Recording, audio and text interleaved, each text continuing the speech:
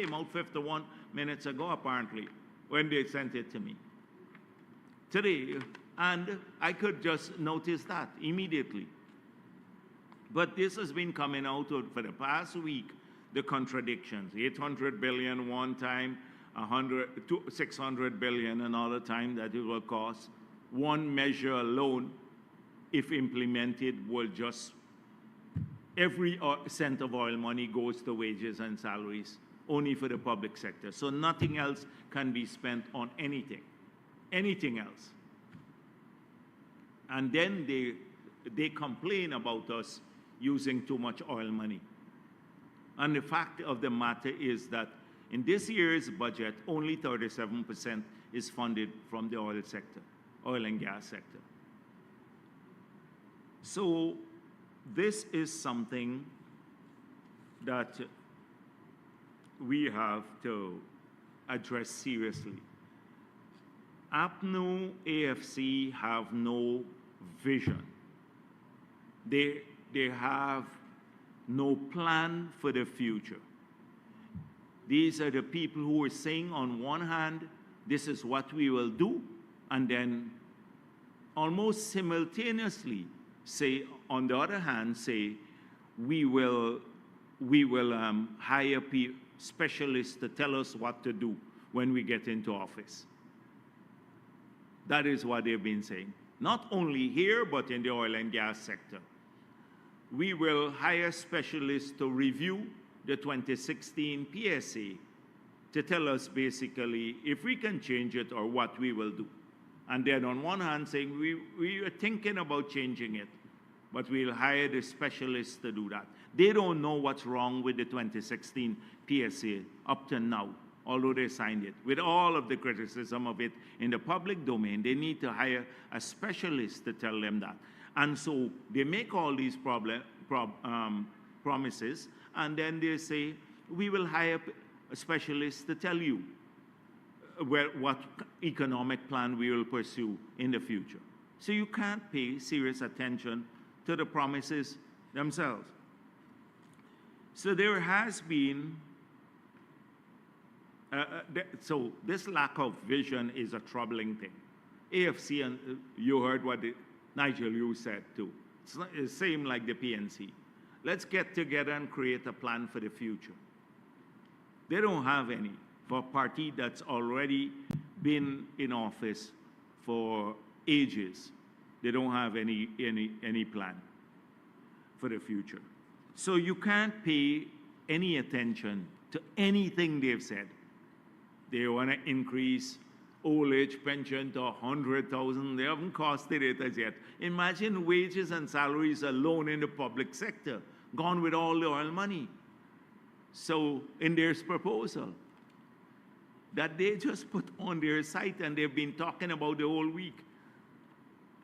If you just dig into the numbers, you will find out how ridiculous they are, ludicrous they are, and it represents the confusion in that camp.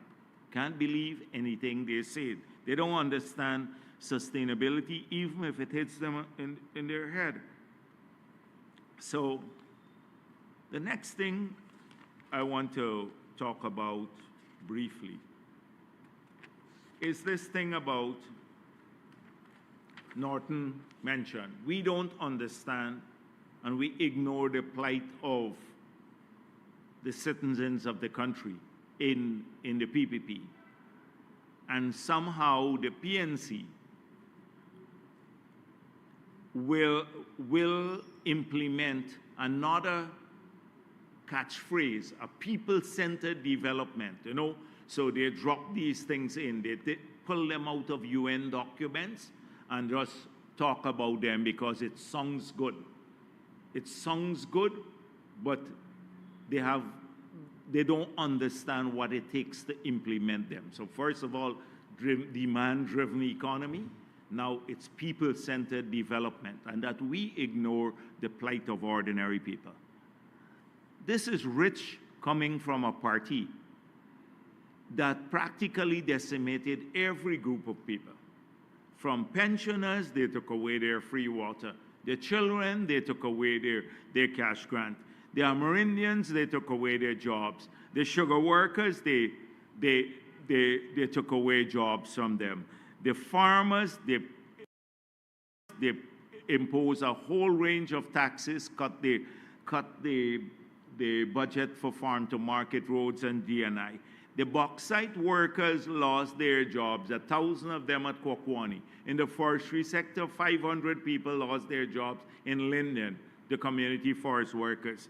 The miners, we talked about this last week, they not only increased the taxes, put it on VAT on machinery and equipment, but made it so hard, miners even couldn't transport fuel. They had to bring out their machines from the hinterland to get them licensed. Taxi drivers got shafted when they just decided that to appease their own people who are importing new tires, they just ban used tires. But the people, it was just, so I can list the whole thing, and they're people-centered. They're people-centered. Look what we have done. We've restored the grant, the water subsidy, the electricity subsidy to the pensioners, and also in double old age pension. We've given the children their money back and increased it to $50,000. We've removed all the discriminating policies against forestry sector, mining, agriculture. Every group in Guyana we've practically worked with. Farmers now have more support. The miners have more support. People in the forestry sector, in every sector of the economy, more jobs are created. So this nonsense about we ignore the plight of citizens and they're the ones who are concerned about people is so irksome, because it's far from the truth.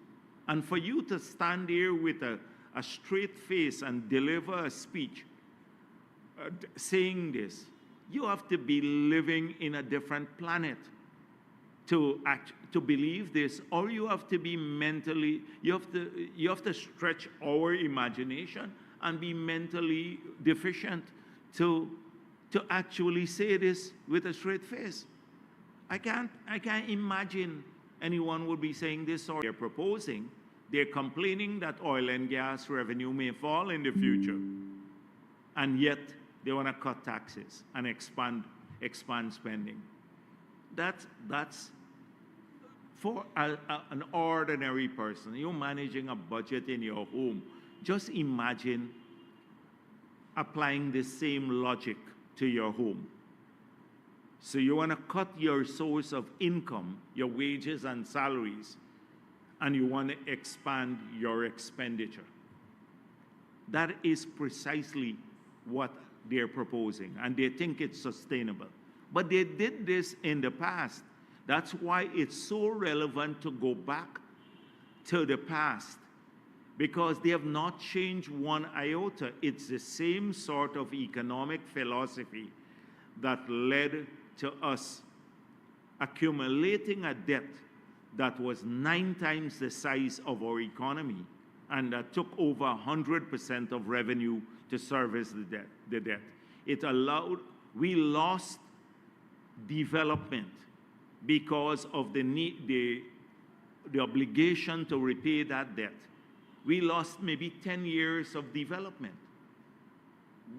In fact, we lost not just welfare, we decumulated wealth as a country for a long period on the happen. Decumulated wealth in the aggregate and in an individual form, both at the company level and at the individual level.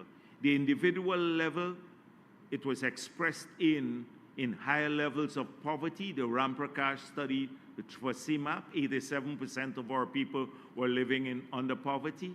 At the company level, we practically lost all of our indigenous companies. There was no private sector growth. That's the history. That's the history of the PNC. And it was a sordid history, and I detest the attempt by some to including in the media, to say, oh, don't go back into the past. But if they're repeating the past, they have not changed one bit. Like they have not changed on the attempt to steal elections. They have not changed on their old dated outlook. So the leader of the opposition stands in the parliament to show that he lives in a different world, maybe in the past. And he attempts to defend the banning of food items. Say he supports it fully when it was banned in the 70s and the 80s. When food items were prohibited, you couldn't eat certain things. So they don't want us to talk about the past, but he could go back and say they had a great policy of banning food items from the past and defends it in the parliament in 2025. But it was not the banning of the food items that Norton missed. And I hope now that he is taking us back into that period, that people in this country, particularly young people, they got a chance to see the PNC in action and AFC in action, because they're the same, trying to steal elections in 2020. So it was reliving the past in a contemporary situation. So they got to see how the PNC would behave, that they would lie. And even up to now, I saw Nigel Hughes saying, basically, nothing happened. They didn't rig the elections. Mingo didn't do anything wrong. He didn't falsify the results of the statements of poll. This is the reality of it. Just imagine in an era when the state controlled all the sources of information, media. There was no private media at that time. And the PPP occasionally had to get, like, smuggle in newsprint from parts of the world. They used to be checked. Police would come to check where you got your newsprint. You could get locked up for it to publish anything. There was no private media, all state media. And we didn't have, at that time, social media. So just imagine when they tried to rig the elections. No, you couldn't get a groundswell of public opinion knowing what they were doing. And that is the era they thrived under, stealing elections. So young people got a chance to see this, but they don't know about the era of banning of food items. We grew up in that period. So it wasn't the banning that was so bad that Norton defended in the budget this year. It was what they did to every single Guyanese. They made us criminals for eating bread. When we ate bread made from wheat, whether you're a PPP supporter or a PNC supporter, if you ate a loaf of bread or a slice of bread made from wheat, or they caught you with a slice of bread, you would go to jail. You could go to jail. They would lock you up. That is what he didn't address. If they caught you with a can of sardines, then you could go to jail. They criminalize us and our children. Parents who wanted to feed their kids a slice of bread became criminals under the laws that they passed in this country. That's what he didn't address. Criminalizing every Guyanese and your parents and everyone else for eating potatoes or sardines or having, maybe something else in your home or a loaf of bread. There are a long list of things. They made us all criminals for what we ate. And that's the legacy of the PNC. And he's proud in 2025 in the National Assembly to defend it. These are dated people. They've not updated themselves from that era, as we saw with the elections. They're incapable of managing anything because they have a dated philosophy. They will steal elections. And three, they'll continue to use racism to divide our people. And thankfully now people are seeing through that, and we're breaking that barrier. This is how they survive. And so when people say, I see in a couple editorials, oh, the PP likes to go back to the past. We have to go back to the past because this guy is proud of his past. He's so proud of his past. He talked about it. We did a great job by banning these food stuff in Parliament now. And nobody said that why he went back to the past, but let us mention anything because they want us to forget what happened in that period. Why do you think so many of our people fled in that period, Guyana? Fled to Suriname, to Venezuela, to North America. They didn't have freedom. Elections were stolen. You could go to jail for what you said, because if you criticize the government, they come and lock you up.